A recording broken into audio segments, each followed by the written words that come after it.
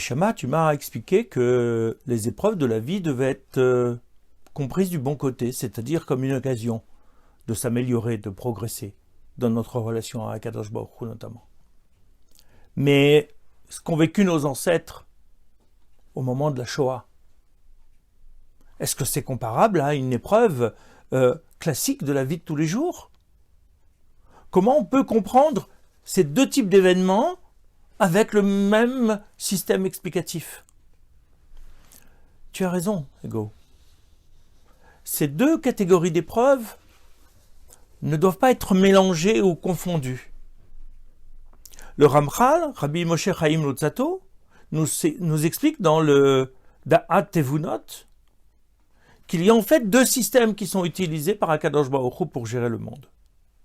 Le premier, c'est le plus simple, qu'on appelle souvent Srar Ve'onesh, c'est-à-dire mérite et sanction et punition, dont il faudrait redéfinir les termes parce qu'ils sont juste une approximation. Mais essayez de comprendre que dans ce système-là, nous sommes pleinement responsables. C'est-à-dire qu'Akadosh Baruch Hu nous a donné les commandements, il nous appartient de les appliquer dans la lettre, mais aussi dans l'esprit, en comprenant ce qu'Akadosh Baruch Hu attend de nous.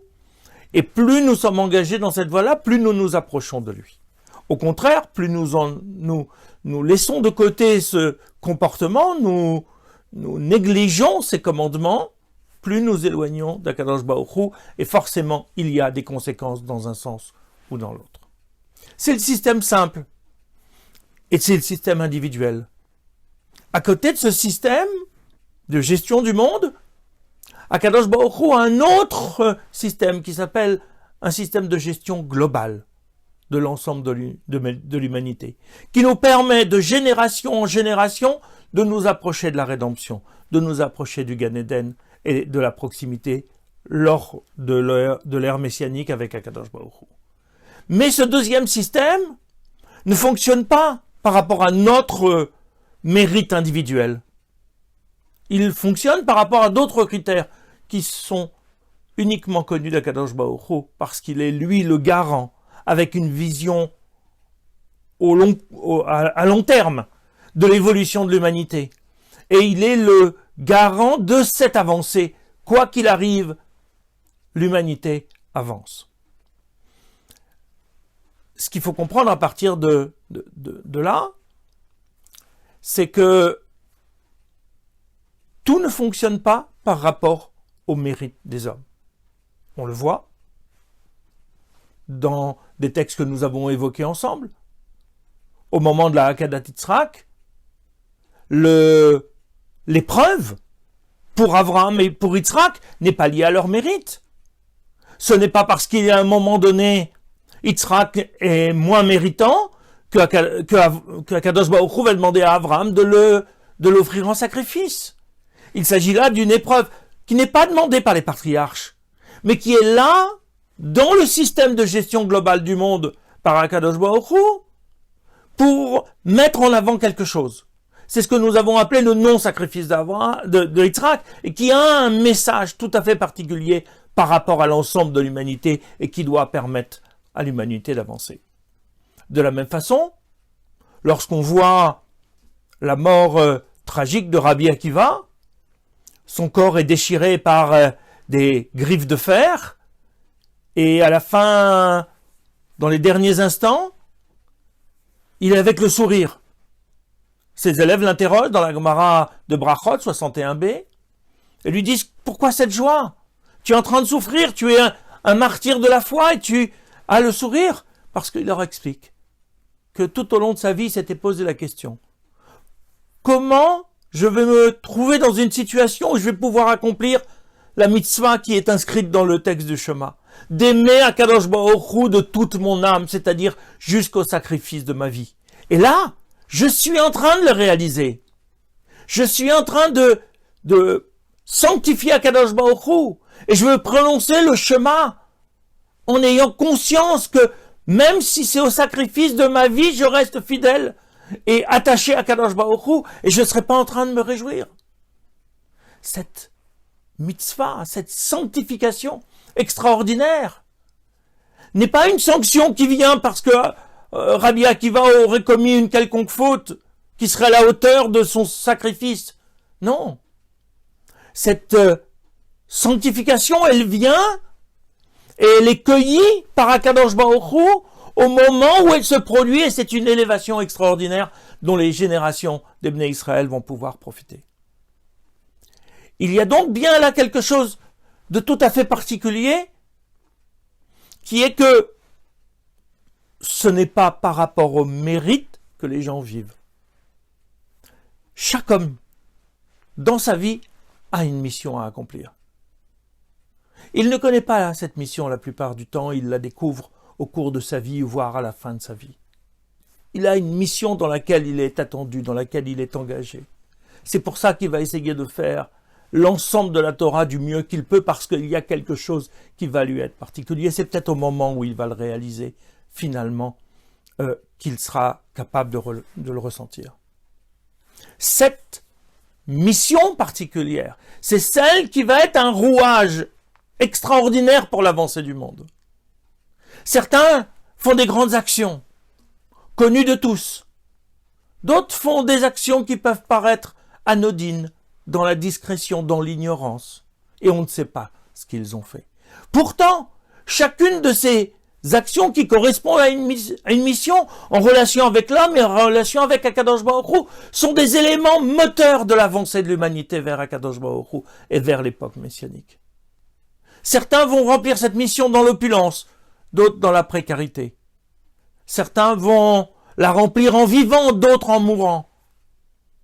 Certains vont la remplir de manière facile, d'autres dans les difficultés et la souffrance. Les conditions ne sont pas liées à notre mérite, comme on vient de le voir. Elles sont liées à la gestion particulière d'Akadosh Baruch Hu pour le monde, et sur laquelle nous n'avons pas d'accès parce que nous sommes des êtres matériels. Et qu'on n'est plus là dans simplement de la matérialité, mais qu'on est dans de la spiritualité qui ne nous est pas complètement accessible durant notre vie. Mais ces actions sont fondamentales. Parce que ce sont elles qui, d'une certaine façon, démontrent quelque chose au monde et font avancer le monde. Les 6 millions de victimes de la Shoah sont tous des martyrs de la foi. C'est-à-dire qu'ils ont été tués en raison de leur identité, en raison de leur appartenance au peuple juif, qu'ils soient pratiquants ou pas pratiquants. Pour les bourreaux, ils étaient juifs. Et dans leur quotidien, ils sont dans les conditions de leur détention ou dans les conditions de leur destruction, ils ont été, dans l'histoire de l'humanité, un moment d'élévation. Cela n'enlève rien aux bourreaux. Les bourreaux sont responsables. Parce qu'Akadosh Baruch Hu n'a pas déterminé les conditions de réalisation de chacune de ces situations. Il laisse le libre arbitre à l'homme. Comme on l'a vu pour les Égyptiens, ils sont responsables de leur cruauté. La cruauté pendant l'esclavage égyptien n'est pas annoncée à Abraham Avinu. On le sait pour les Romains. Ils sont responsables des martyrs et des catastrophes qu'ils ont provoquées. Et il en va de même pour les nazis, qui sont pleinement responsables de cette entreprise de destruction massive des Juifs. Il y a donc là, non pas un retrait de la responsabilité. Au contraire, il y a un renforcement de la responsabilité. Dieu sait que le libre arbitre qu'il a donné aux hommes peut aller jusque-là, et il le déplore. Mais s'il le retirait, s'il le restreignait, alors toute l'humanité perdrait sa signification. Toute l'histoire du monde perdrait sa signification. C'est parce que l'homme est libre que ses choix ont un sens et ont une valeur. Il arrive à glorifier Akadosh Baruch Hu grâce à cette liberté, et ça, c'est une glorification grandiose, justement parce qu'il est capable de faire exactement l'inverse. Ce libre arbitre, il est nécessaire à la prise de responsabilité et à la mission de l'homme sur terre. Dieu essaye, les tzadikim aussi, par tous les moyens, à apprendre à l'homme comment bien gérer ce libre arbitre, faire en sorte qu'il soit fait de bienveillance et non pas de malveillance, qu'il soit fait d'amour et pas de haine. Mais on l'a vu, l'homme, parce qu'il est un être matériel, a cette propension en lui-même d'aller vers les trois égarements qui détruisent l'humanité. Il est capable de tuer, c'était l'évocation du meurtre. Il est capable d'utiliser l'autre, c'est l'évocation des mœurs perverties, où l'homme devient un objet à mon service. Et il est capable d'utiliser ce qui appartient à l'autre, tout ce qui lui appartient. Et c'était la démarche d'idolâtrie, où c'était l'avoir qui était la valeur suprême. Neshama. Mais alors que va-t-on apprendre? Pour nous, en quoi y a-t-il un enseignement ici? On est face à une catastrophe, face à un monde qu'on ne comprend pas, et on doit apprendre. Mais quoi? Il y a dans chaque épreuve quelque chose à apprendre. À apprendre à partir des conditions de sa réalisation, à la fois sur notre relation aux autres et à la fois sur notre relation à Dieu. Mais pas apprendre comme le font les historiens ou les scientifiques ou les politiques, c'est-à-dire apprendre sur les conditions de survenue de la catastrophe. La montée du nazisme, l'endoctrinement de la population allemande et des alliés au nazisme. Tout cela, c'est le travail des historiens. Et c'est indispensable. C'est nécessaire à la formation des hommes politiques pour tout faire pour que cela ne se reproduise pas. C'est un enseignement pour tout citoyen, parce qu'il doit apprendre ce que c'est que le respect de la vie humaine et le respect de l'autre dans une société qui se respecte. Mais il faut aussi apprendre du point de vue spirituel, du point de vue profondément humain, quelque chose de cet événement. Au-delà de ce qui a pu se passer pour les bourreaux, lorsqu'on examine ce qui a pu se passer du côté des victimes, bien sûr on voit la tristesse, bien sûr on voit la désolation, on voit la douleur, on voit la souffrance, on voit la tentative de déshumanisation. Mais face à ça, qu'est-ce qu'on a? Justement, des actes exemplaires d'humanité, des actes de résistance spirituelle, religieuse, mais aussi simplement humaine, pour sauver le concept même d'humanité qu'il y a en chacun de nous. On voit des actes de solidarité, des actes de générosité, parfois en prenant des risques terribles pour la survie. On voit des actes de respect humain par un regard qui permet à l'autre de comprendre qu'il existe encore, qu'il n'est pas simplement un corps souffrant, qu'il n'est pas simplement un numéro, mais qu'il continue à rester un être humain. Ces étincelles de spiritualité,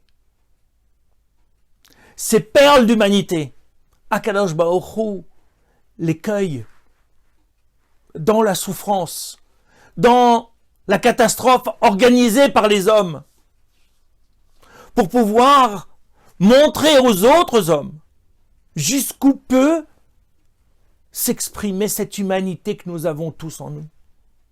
C'est avec ces comportements volontairement encore humains pour tenter de rester un homme que l'ensemble des nations doivent apprendre à se détacher de la tentation du mal et de la tentation de la matérialité. Ce sont des enseignements extrêmement forts, bien sûr qui ont été créés dans la souffrance et dans la douleur parce que l'homme a mal utilisé son libre arbitre. C'est un échec total dans l'utilisation du libre arbitre. C'est l'échec de l'homme. Dieu va utiliser ces gouttes d'humanité pour essayer de préparer l'avenir. Parce qu'il a mis cette humanité à l'intérieur de chacun de nous. Il nous l'a insufflé au moment où il a créé l'homme à son image, c'est-à-dire avec une capacité de se dépasser, de transcender sa propre nature matérielle et spirituelle. Lorsque le matériel est à l'agonie et que le spirituel peut encore s'exprimer, on a quelque chose d'une élévation et d'une puissance humaine et spirituelle extraordinaire. Dieu est dans la souffrance avec les victimes, parce qu'il se rend compte comment les bourreaux utilisent de la pire manière le pouvoir qu'il leur a donné, qui est celui du libre arbitre. Mais en même temps, parce qu'il y a cette résistance humaine, cette beauté de l'acte qu'on n'espère plus, qu'on n'imagine plus, parce qu'on a peur que l'homme soit dépassé par son instinct de survie et qu'on comprendrait si c'était le cas. Mais lorsque il y a ce dépassement, alors Akadosh Baruch Hu nous permet de faire un pas de plus. Nous verrons à l'époque messianique comment tous ces pas ont été réalisés. Aujourd'hui, nous ne pouvons que les constater les uns après les autres, en essayant d'apprendre comment nous devons être humains. Parce que si les victimes de la Shoah ont pu rester des hommes à part entière dans cet enfer sur terre, alors nous, qui vivons dans des conditions relativement confortables, alors, à plus forte raison, nous devrions être en mesure de développer notre humanité, parce que c'est ça qui nous permet de nous dépasser et de nous élever vers Akadosh Baruch Hu, et donc de faire des pas décisifs vers la rédemption, vers l'ère messianique.